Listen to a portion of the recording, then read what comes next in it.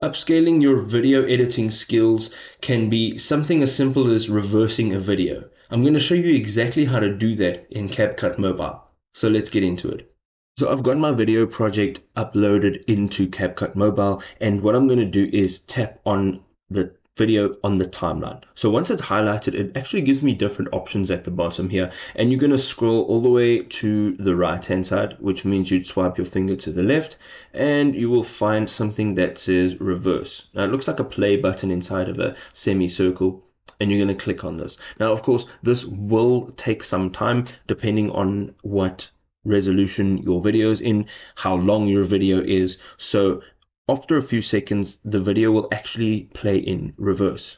You can now see that this video is playing in reverse, and the quality is actually still very, very good. If this video was awesome, go ahead, drop us a like, and we'll see you next time, folks. Peace out.